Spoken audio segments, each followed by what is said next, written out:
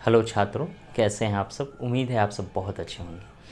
छात्रों, पिछले क्लास में हम लोगों ने संविधान का भाग 2 जिसमें अनुच्छेद 5 से 11 तक का वर्णन है उसको हमने देखा था। नागरिकता का पहला वीडियो आपने देखा, बहुत लोगों ने प्यार दिया। अब हम नागरिकता से संबंधित पार्ट 2 वाला वीडियो आज लेकर आए हैं आप लोगों के बीच। ध्यान से समझिएगा, बहुत ही इम्पोर्टेंट ये वीडियो होने वाला है। देखिए, संविधान में जो पहला भाग है, भाग 1, वह संघ और उसके राज्य क्षेत्र से संबंधित है, जिसका एक वीडियो हमने बनाया है। इसमें आर्टिकल 1 से 4 तक का वर्णन है। भाग 2 में नागरिकता से संबंधित है, जिसमें 5 से 11 तक अनुच्छेद का वर्णन है। ये दोनों से जुड़ा हुआ चीज़ हम पहले के वीडियो में बता चुके हैं। आप वो वीडियो नहीं देखे हैं तो जाके प्लेलिस्ट में देख सकते हैं। आज हम भाग 2 से ही संबंधित चीज़ें समझ रहे हैं, जिसमें 5 से 11 तक अनुच्छेद न समझ में आ गया। अब इसमें कब कब चेंजिंग आया, कब कब क्या कानून बनाया, किस तरीके से नागरिकता मिलता है, ये सारी चीज़ें अभी के क्लास में हम लोग समझने वाले हैं। तो आइए देखते हैं। भारत की जो नागरिकता अधिनियम है ये 1955 पर बेस्ड है। भारत की नागरिकता अधिनियम किस पर बेस्ड है? तो 1955 पर। लेकिन इसमें कई बार संशोधन हो चुके हैं। 1955 में तो पहला ही है। उसके बाद पहला अधिनियम में संशोधन कब हुआ था? 1986 में। यानी नागरिकता संबंधी पहला संशोधन भारतीय संविधान में कब हुआ? 1986। और दूसरा संशोधन 1992। उसके बाद तो और भी बहुत सारे संशोधन हुए। अभी हाल ही में 2019 में CAA कानून आया, ठीक है, तो सभी संशोधन ही है। इसमें देखना ये है कि नागरिकता से संबंधित अधिनियम को लेकर के 5, 6, 7, 8, 11 आर्टिकल में क्या क्या कहा गया है वो हम लोग देख चुके हैं। यहाँ समझना है कि भारत के लोगों को या किसी विदेशी लोगों को जो भी भारत की नागरिकता दी जाती है वो 5 तरीके से दी जाती है। भारत की नागरिकता भारत की नागरिकता देने की 5 विधियाँ हैं। देने की 5 विधियाँ हैं। 5 विधियाँ बहुत इम्पॉर्टेंट है। ये पांचों विधि गौर कीजिएगा।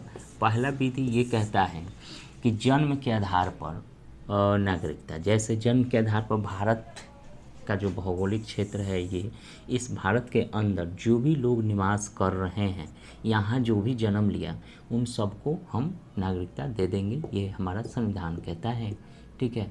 और इसी के तहत हम सबको ये नागरिकता मिला हुआ है। हम सभी किस में आते हैं? तो हम सभी जन्म के आधार पर, क्योंकि हमारा जन्म भारत में हुआ है इसलिए हम भारत के नागरिक हैं। ये नागरिकता देने की 5 विधियों में सबसे पहला है, ठीक है। दूसरा नियम कहता है वंश के आधार पर। बहुत इंपॉर्टेंट है ये भी। ये 1992 में आया था। अब देखिए, इसमें कुछ प्रॉब्लम थी। जैसे भारत के जो लोग हैं जिनके माता पिता भारत के यहीं जन्म हो रहा है बच्चे का, तो उनको तो भारत की नागरिकता दे दिया गया, जैसे हम सभी। लेकिन कोई विदेश का व्यक्ति है, भारत आया दोनों दंपति और यहीं बच्चे का जन्म हुआ, तब तो आर्टिकल इस नियम नंबर 1 के मुताबिक भारत का वो नागरिक हो ही गया। लेकिन नहीं, वह विदेश का व्यक्ति है, ठीक है, विदेश का व्यक्ति है, तो उसको तो माने भारत की नागरिकता किस आधार पर दे दी जाए? तो इसमें बताया गया है वंश के आधार पर, कि कोई भी व्यक्ति, ये मेल और या फीमेल दोनों में से कोई भी, दोनों या दोनों में से कोई एक, पति पत्नी या दोनों में से कोई एक, कोई भी व्यक्ति अगर भारत का नागरिक है और उसका बच्चा चाहे विदेश में पैदा हो रहा है या भारत में पैदा हो रहा है, उन्हें हम भारत की नागरिकता दे सकते हैं, देने पर विचार कर सकते हैं, उसका राइट ये है। तो वंश के आधार पर। अब जैसे इसमें क्या है, उदाहरण हम लोग समझते हैं। जैसे शिखर धवन भारत के खिलाड़ी हैं। इनकी पत्नी ऑस्ट्रेलिया की है, जिनका नाम क्या है? आयशा मुखर्जी। क्या नाम है? आयशा मुखर्जी। ये आयशा मुखर्जी कहाँ की रहने वाली है? ऑस्ट्रेलिया की। लेकिन इनके, अब देखिए, माता हो गया आयशा मुखर्जी और शिखर धवन पिता हो गए। इनके बच्चे अगर जन्म लेते हैं चाहे ऑस्ट्रेलिया में, किसी भी देश में या भारत में, तो उस बच्चे को ये राइट है 1992 में हुए संविधान संशोधन के मुताबिक कि माता पिता में से कोई एक या दोनों जब भारत के नागरिक हों तो उस बच्चे को भी भारत की नागरिकता लेने की राइट बन जाता है। ये वंश के आधार पर बनाया गया नियम है। चलिए, समझ में आ गया होगा। अब है तीसरा, पंजीकरण का मतलब कि कोई व्यक्ति ऐसा है जो भारत में चाहता है कि हम रजिस्ट्रेशन कराएं, यहाँ की नागरिकता ले, तो उसके लिए कुछ मानक पूरे करने होते हैं, तब जाकर के उन्हें दिया जाता है। इसमें नियम ये है कि कोई व्यक्ति अगर लगातार भारत में 7 साल रह रहा है, और उसका रुख भारत के प्रति सकारात्मक है, अच्छा है, तो वैसे लोगों को हम नागरिकता दे सकते हैं। ठीक है, पंजीकरण के आधार पर। इसमें नियम ये है कि राष्ट्रमंडल देश जितना है, 95-96 वो देश राष्ट्रमंडल है जिस पर ब्रिटेन ने शासन किया था, तो उन सारे राष्ट्रमंडल देशों को जो पंजीकरण के तहत ही नागरिकता दी जाती है। ठीक है, ये नागरिकता देने के तीसरा नियम है। और चौथा नियम है देशीकरण, बहुत इंपॉर्टेंट है। देशीकरण का मतलब हो गया नेशनलाइजेशन, यानी भारत का राष्ट्र के प्रति उसकी सोच समझ बहुत अति सकारात्मक है। तो ऐसे देशीकरण, जैसे कोई ऐसा व्यक्ति जो भारत में 10 साल से रह रहा है, इसमें नियम ये है कि 10 साल से रहता है, भारत की कोई एक भाषा भारत की कोई एक भाषा का वो जानकार हो, अच्छा जानता हो, और किसी खास क्षेत्र में, फील्ड में वो निपुण हो, जैसे वो गायकर हो, गीतकार हो, लेखक हो, वैज्ञानिक हो, क्रिकेटर हो, या कोई ऐसा व्यक्ति हो जो अपने क्षेत्र का मास्टर ब्लास्टर आदमी हो, यानी हर उस क्षेत्र में मर्मज्ञ हो, तो उसके आने से भारत में एक सकारात्मक परिवर्तन देखने को मिलेगा।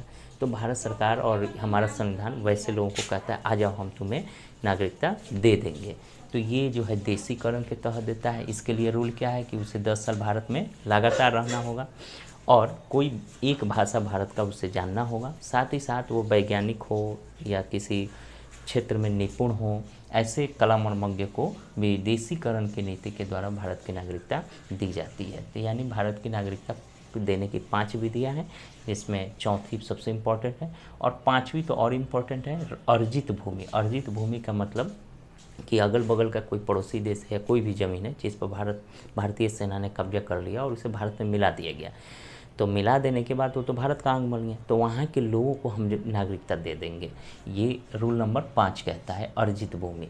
ऐसा हमने 2 बार किया है। पहली बार सिक्किम के मामले में, सिक्किम को जब 1974 में मिलाया गया और 1975 में 22वां राज्य बना दिया गया, 1974 में सह राज्य बनाया गया और 1975 में फाइनली उसे पूर्ण राज्य का दर्जा दे दिया गया। तो वहाँ की जो भी ज़मीन था, भारत का अब ज़मीन बन गया सिक्किम का, तो वहाँ के लोगों को हमने नागरिकता दे दी। किस विधि द्वारा? तो अर्जित भूमि के आधार पर। इसी के तहत बांग्लादेश में एक परगना ज़िला है, परगना, क्योंकि बंटवारा हुआ था तो कुछ ऐसा था जो भारत का उधर चला गया, उधर का इधर आ गया, तो परगना ज़िले के लोगों को भी हमने इसी विधि के द्वारा अर्जित भूमि के आधार पर, क्योंकि 1971 में जो हुआ था लड़ाई, तो कुछ इलाका हमारे हिस्से आ गया, परगना वाला मामला, ठीक है। तो अर्जित भूमि के आधार पर भी हम कोई दूसरे देश के लोगों को नागरिकता दे सकते हैं। यदि वहाँ के स्थल पर, वहाँ की ज़मीन पर, वहाँ हमारा कब्जा हो जाए, तो वहाँ के लोगों को नागरिकता दी जा सकती है और दी जाएगी, दिया ही जाता है। तो ये 5 विधि हो गया नागरिकता से संबंधित अधिनियम। उम्मीद है आपको यह क्लास बहुत अच्छा लगा होगा, समझ में आया होगा। अगले क्लास में हम लोग CAA, NPR, ठीक है, NRC, ये सब के बारे में समझेंगे। तो आज के लिए इतना ही रहने देते हैं, मिलते हैं अगले क्लास में। अगर ये वीडियो अच्छा लगा हो तो लाइक शेयर कमेंट अवश्य करें, अपनी राय दें, कैसा आपको वीडियो लगा राय दें, और चैनल पर नए हैं तो चैनल ज़रूर सब्सक्राइब करें, या पुराने भी हैं चैनल को सब्सक्राइब नहीं किए हैं तो ज़रूर सब्सक्राइब कर लीजिए। इतना ही कहते हुए हम अपनी बातों को समाप्त करते हैं, फिर मिलते हैं अगला क्लास में। तब तक के लिए पढ़ाई जारी रखें। जय हिंद छात्रों।